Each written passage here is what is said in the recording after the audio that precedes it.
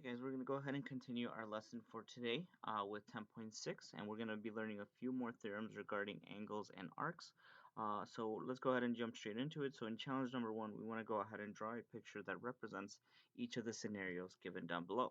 So the first scenario here, it says circle O has inscribed angles A and B that intercept the exact same arc. So I'm going to go ahead and actually draw that.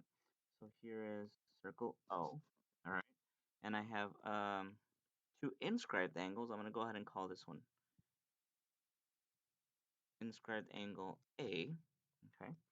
And actually, it says that I have another angle B that intercepts the exact same piece of arc. So the piece of arc that I intercepted with angle A is right here. Okay. But they're telling me that there's another inscribed angle that intercepts the exact same piece of arc, and that's angle B. Okay. So the question is, what can I conclude from this diagram? What can I conclude based on that information? Well, it might be a little helpful to know, like let's give it some numbers here. Let's go ahead and say this measures 100 degrees. If the measure of this arc is 100 degrees, then what I can do is say this. I can say that the measure of angle A is equal to, well, it's an inscribed angle, so it is going to be half of the intercepted arc, so this measure would be 50 degrees right here. Okay, so I could do the same thing for angle B. The measure of angle B, well, it's also an inscribed angle intercepting the exact same arc. So this is actually also 50 degrees here as well. So what does that actually tell me in the bigger picture here? Well, that tells me that both of these angles were exactly the same. In other words, angle A has to be, angle A has to be congruent to angle B. Okay, so what's true about both of these inscribed angles? Both inscribed angles are congruent. Okay, if two inscribed angles intercept the exact same piece of arc, then they have to be congruent. Okay, so let's go ahead and move on to the next one. This one's very similar, guys, but we're not talking about inscribed angles anymore. We're talking about tangent chord angles, which kind of behave the same way in terms of how to find their measures, but they are slightly different. So let me go ahead and draw a tangent line. Here's a tangent, and let me go ahead and draw a chord. Okay, that's a tangent and a chord. And the angle it created is this angle right here. I'm going to go ahead and call it angle 1. Okay, so that is a tangent, my red line, chord, my blue line. Okay, tangent, chord, angle. But it says I have two of them, and they're both intercepting the exact same piece of arc. So this first, give me 1 second. This first angle intercepts this arc right here. Well, what they're telling me I should do here is I should draw a second tangent chord angle that intercepts the exact same arc. So I'm going to go ahead and do that. I'm going to go ahead and use the same endpoint here as my arc. So this blue line is still going to be my arc, but now I have another tangent line here. Okay, so this is another angle created with a tangent line and a chord. The question is, can I come up with some information about that? And if you notice, guys, let me zoom in here. Let me go ahead and call this angle 2. If you notice that both angle 1 and angle 2 intercept the exact same piece of arc, okay? So what does that mean? Well, again, if I give it some numbers here, make it a little more tangible, let's go ahead and say that this is, I don't know, the measure of this green arc is 80 degrees. Well, we've talked about this already, guys. When you have a tangent chord angle, it behaves similar to an inscribed angle, which means that the measure of angle 1 is actually going to be exactly half of that intercepted arc. So very similarly, with angle 2 is also going to be 40 degrees. So what can I actually conclude here? I can conclude that both of these angles are congruent. Okay, both angles are congruent, which actually, guys, if you think about it, it actually makes quite a bit of sense, especially if you focus on this piece of tangent and this piece of tangent. Why is that? Well, because think about it. Remember what we said back in class, that if you have an external point, like let's call this point E, if you have an external point that is tangent to the circle, then that means the two segments, the two tangent segments are congruent. And hey, look at that. If sides than angles. Okay, so that's just another way to think about it, guys. But for now, let's just go ahead and come up with our conclusion here. So we know that measure of angle 1 and angle 2 have to be exactly the same. So angle 1 has to be congruent to angle 2. And that is because both tangent, chord, angles are congruent. Okay? If you ever have this scenario, if you're ever given two tangent chord angles that intercept the exact same piece of arc, all right, then we can actually conclude that both of those tangent chord angles have to be congruent. All right, so let's go ahead and move on now, guys. And I believe, for some reason, this erased on your copies, guys, but if you don't already see this, make sure you go ahead and draw those in right now. So it says we want to go ahead and interpret what the information that we're actually given in this diagram. So the first thing that I was given, let's go ahead and write down a few sentences here. The first thing I was given is that, let's say I was given, and this is not a paragraph proof by any means, guys. I'm just writing down exactly what I see. Okay, so I was given that PR is congruent to TU. So arc, PR, and TU are congruent. So what else am I noticing? Well, I'm noticing I have an angle here that intercepts that arc. I'm noticing I have an tangent chord angle here that intercepts this arc, the one that we were talking about. So let's come up with some statements there. So let's do that. Well, let's go ahead and say the intercepted arc for angle P, actually, let me clarify, for inscribed angle PQR is arc PR. Okay, so for this angle right here, PQR, okay, I have an inscribed, I have an intercepted arc PR. Okay, so inscribed angle PQR intercepts PR. Now, I am also noticing that the tangent chord angle TUS right here intercepts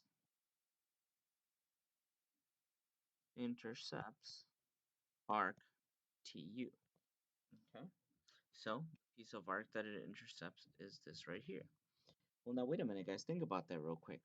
Think about how we find the actual measures here. So how would I find the measure of that angle right there? Well, I would take half of whatever PR is. Okay. Well, what would I do to find this measure of this angle right there? Well, I would find half of whatever TU is. So it's done in the very same way, guys, and that's not a coincidence. That's exactly why we went through these givens and these scenarios right up here. So what can I conclude here, guys? Well, PR is congruent to arc TU, so that means both of the angles have to be congruent. So let's go ahead and conclude that. It says, what conclusions can you make about the angles and the arcs? I can go ahead and say that angle Q must be congruent to angle TUS. And the reason why, guys, is again, I have all this information up here. We knew, and if you want to write this in here, we knew that PR was congruent to TU. And from that information, I was able to conclude this information because it's calculated in the exact same way. So that is what we know. Good job. So let's go ahead and move on, guys. Let's go ahead and try a few example problems. I think we can move on from the theorems for a second and actually apply what we know. So first off, let's take a look at what we have here. It says calculate the missing angles in each diagram. So in this case, it says find the measure of angle B. Well, I can tell you guys right now that that has to be 90. Now, if you're curious as to why, don't think that I assumed. I didn't assume, guys. I'm noticing something right away. I'm noticing that this is a diameter. It goes right through the center. If that's a diameter, I can split this circle into two halves. This half as well as this half. Okay? But I'm going to work with this yellow half. The reason why is because this is 180 degrees.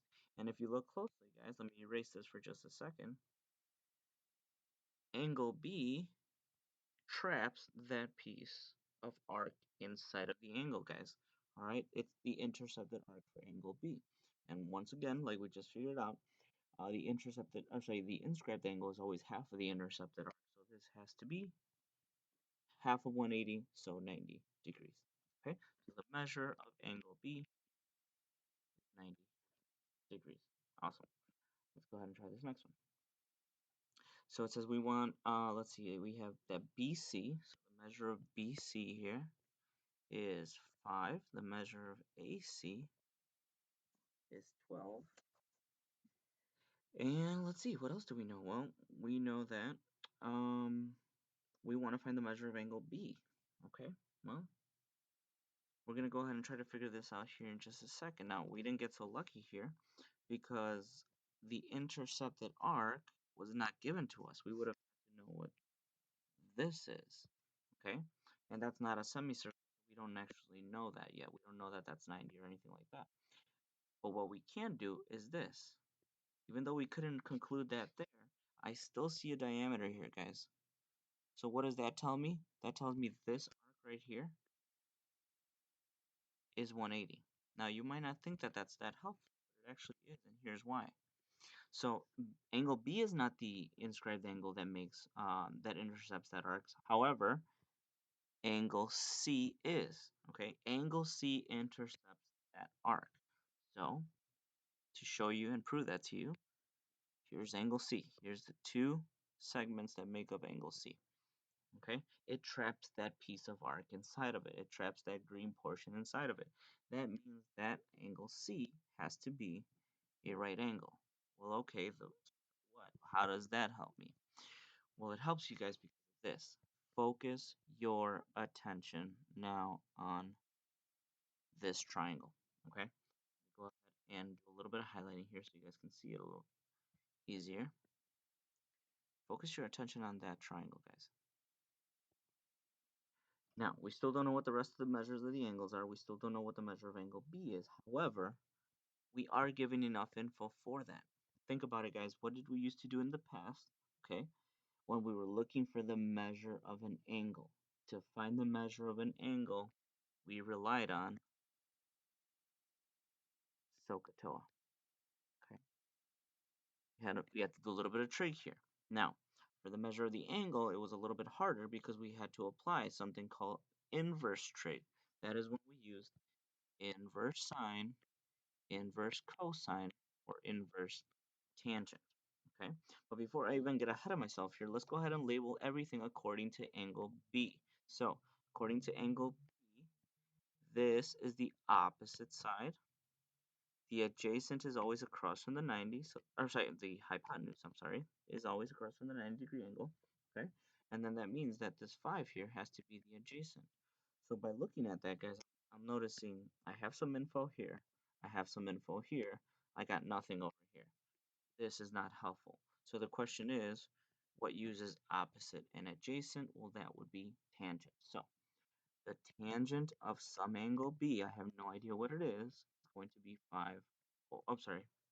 Let's mess that up. It's going to be opposite, so 12 over 5. But remember, guys, we need to get that B out of there. It's trapped in here. And the way we did that is to use the inverse tangent. So this is what it should look like. Angle B has to be the inverse tangent of this fraction, okay, of that ratio. All right. So in this case, it's going to be, let me go ahead and do some erasing here. B is going to be the inverse tangent of 12 over 5. So let's go ahead and pull out our calculator here and figure out what that is. Okay, so we are here in our calculator. Now, first thing you should check, guys, double check that your mode is in degree. Should make sure, whoops, sorry.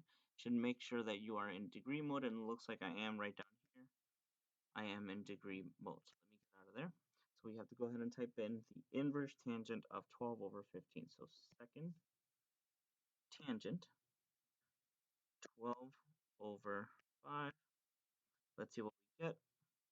And we're going to go ahead and actually round this to the nearest hundredth. So we get 67.38 degrees. Let's go back. So we get approximately measure of angle B, measure of angle B, is approximately 67.38 degrees. Okay, so it's been a while since we've used those guys, but remember, trig hasn't gone away. Every time we apply triangles in our concepts here, anytime you come across a right triangle, specifically since we've talked about right triangle trig, that is always an option, okay, whether you're looking for a missing side or whether you're looking for a missing angle. Okay, so let me go ahead and move on to the back. Here's the back side, guys. Let's go ahead and figure out some information here. Let's come up with a few conclusions. So it says, what do you notice about the minor arc and the angle measurements? Okay, so we weren't given too much information here, guys, but let's go ahead and tackle this first one. Here, what I know is this arc right here, and that is my minor arc, guys, because that is going to be less than 180.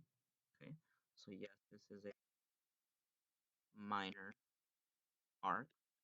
Okay, now believe it or not, guys, we can actually figure out the remaining part of the circle. We can find the measure of this bigger arc over here, which is called the major arc. Major arc. And I know it's major arc because it has to be, it's going to be bigger than 180. And I know that by doing 360 minus 110, which gives me 250 degrees. So I'm going to go ahead and write that down. This is 250 degrees. So what were they asking me for, though? They were asking me, what do you notice about the minor arc and the angle measure? Which angle measure? Well, I think we're talking about this one right here. So let's actually go ahead and calculate the measure of angle O. Measure of angle O is going to be, well, let's go ahead and use our theorems from before, guys. It's going to be big arc minus little arc divided by 2. Or in this case, it's going to be measure of angle O is going to be big arc, or the major arc, which is 250, divided by 110. Okay. Oh, sorry. Wow. I'm sorry about that, guys. 250 minus 110, and then divided by 2. Apologize for that. So 250 minus 110 divided by 2.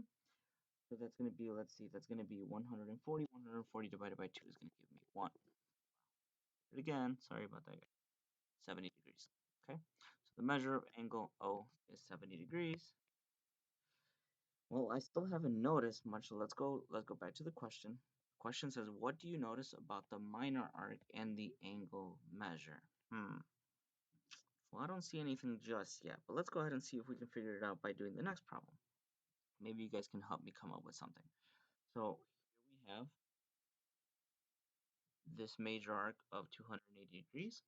I can actually figure out what the remaining arc is. So this one right here has to be 360 minus 280, which in this case would be 80 degrees. And let's go ahead and actually find out what the measure of angle U is. So the measure of angle U, again, guys, this is an external angle. Okay, there's an angle on the outside of the circle. So we have to do big arc minus little arc divided by 2. So big arc minus little arc divided by 2. Okay, that's going to give me 200. 200 divided by 2 is going to give me 100 degrees right here. Okay, so let's go back. They must have given me these two problems for a reason. So let's see, what do I notice? What do I notice about the minor arc and the angle measure? Well, here's my minor arc and angle measure. The only thing that stands out to me, guys, as I compare these two is actually that they're both equal to 180 degrees, actually. Right here, if I do 110 plus 70, that's actually 180. Oh, and actually that happens over here too. 100 plus 80 gives you 180. So it's looking like there's a little bit of a trend here, guys. So what is that saying? That's saying that the minor arc and the measure of the angle are always supplementary. So go ahead and write that down. Minor arc plus the angle measure are going to be equal, measure is going to be equal to 180. 180 degrees. Go ahead and make sure you write that one down. That one's going to be important. This one deserves a little star next to it. Okay. So in other words, guys, and if you want to write it off to the side here, they are supplementary. And believe it or not, guys, that's actually going to come in handy quite a bit, okay? Because sometimes I'm going to give you a lot more limited information, and you guys have to come up with how exactly that's going to help you. So let's go ahead and show you what I'm talking about here. I'm going to go ahead and do one with you guys, and then I'm going to have you guys try one on your own. So let's see. It says XYZ are points of contact. So XYZ are points of contact. That tells me that's where the tangent line touches the circle. We know that arc XZ, okay, a thicker mark. There we go. Arc XZ is 125 degrees. Okay. I know that angle P is 78 degrees. And I want to find the measure of angle R. So the question is, how the heck am I going to approach this thing? Well, I'm actually going to approach it in this way, guys. I'm going to go ahead and try to figure out what I know based off of what I just found up here. And once again, what I found up here is that the angle and the minor arc are supplementary. The arc and the angle are supplementary. So if that's the case, well, what would be the minor arc for angle P? That would be this one. So that means this plus this should equal 180. Okay, well, that means that I can do 180 minus 78 to find that measure, and in this case it would be 102 degrees. Well, I guess the question is, how does that help me? Well, it does help you because actually now you can figure out how much this arc measures, okay? Because I can do 360 minus that 102 I just found, minus the 125 I had earlier. That's actually going to give me 133 degrees. So this is 133 degrees. But remember, guys, that's the arc. If I actually want to find out the measure of this angle R, I have to go ahead and assume, or not assume, rather, I have to use the fact that these have to be supplementary. The minor arc and the angle have to be supplementary. So I can do 180 minus 133 for an answer of 47 degrees. So the measure of angle R is equal to 47 degrees. Okay, guys, like everything, there's multiple ways of doing this. Another way that I could have thought of here was if you know this information right here, if that's the minor arc right there, then actually I can figure out its supplement and figure out that the measure of this angle Q has to actually be 55 degrees. Well, how would that have helped me? It would help me in this way. At the end of the day, guys, this is still a triangle. It still has to follow the rules for triangles. So if I want to find the missing angle measure right here, then I can do 180 minus 55 that I just found, minus 78 that I had from here. That should have given me the exact angle that I wanted, and sure enough, you would have ended up still with 47 degrees. So as always, guys, multiple ways of completing these problems. All right, I'm actually going to ask you guys to pause the video at this time. I want you guys to actually to attempt this one completely on your own, and then we'll come back and talk about it.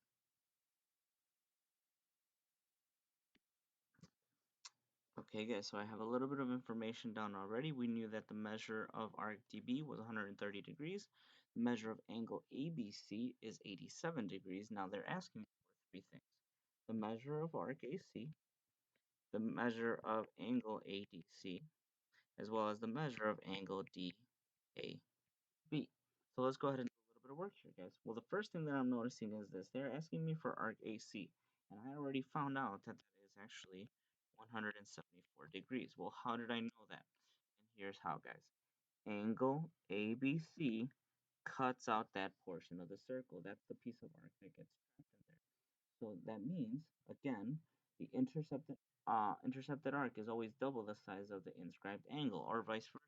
The intercepted arc, the inscribed angle is always half the size of the intercepted arc.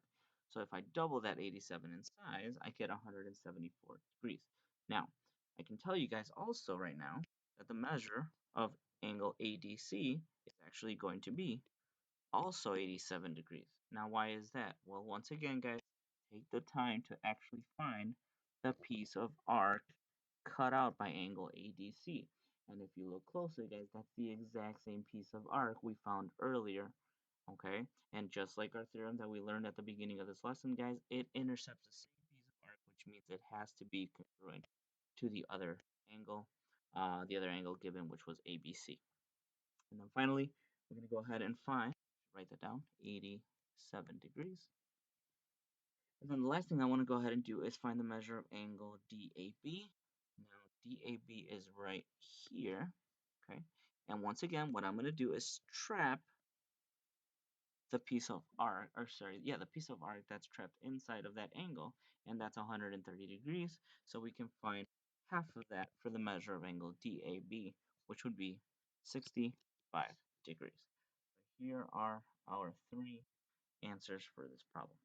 All right, and the very last one for today, guys, let's go ahead and see what we know here. So let's see what we can go ahead and label. We know that arc PR is 10x plus 6. We know that angle PQR is congruent to angle TUS, so these two angles are congruent. And we're also given that PQR is 4x plus 7. This is 4x plus 7, and we know that angle T is 2x plus 15. The question is, can I find the measure of arc TU? Well, what am I noticing right away, guys, right off the bat? If these two arcs are congruent, if these two angles are congruent, then the intercepted arcs right here are going to end up being congruent as well. Now, that's going to end up happening, but let's use the information that we know as of right now. If those two yellow angles are congruent, I can set up an equation there. 4x plus 7 equals 2x plus 15. So from there, I can start solving. I get 2x plus 7, 15, subtract 7, divide by 2, and we get 4. Now, that's great and all, but let's go ahead and figure out what is the measure of each of these angles then. If I plug in 4 in here, that's 4 times 4 is 16. 16 plus 7 is 23. And I better get the exact same thing here. 2 times 4 was 8. 8 plus 15 is also 23. And if you remember, guys, again, the inscribed angle is going to be half the size of its intercepted arc, so I have to double that, okay? This has to be doubled, and actually, let's confirm it. We already know what x is. 10 times 4 plus 6, that is 46 degrees. Does that make sense? Well, yes, it does. Because if you double 23, you get 46. So guess what, guys? If those two angles are the same, then these two arcs are going to be the same. So the measure of angle TU will also be 46 degrees. Alright guys, so that's pretty much it for today's lesson. I'm going to go ahead and stop the video at that moment. I would recommend you pause the video as many times as you need to go back through each and every one of these concepts, guys. But for now, let's go ahead and end the video, and I will see you guys on the next one. Have a good day, guys.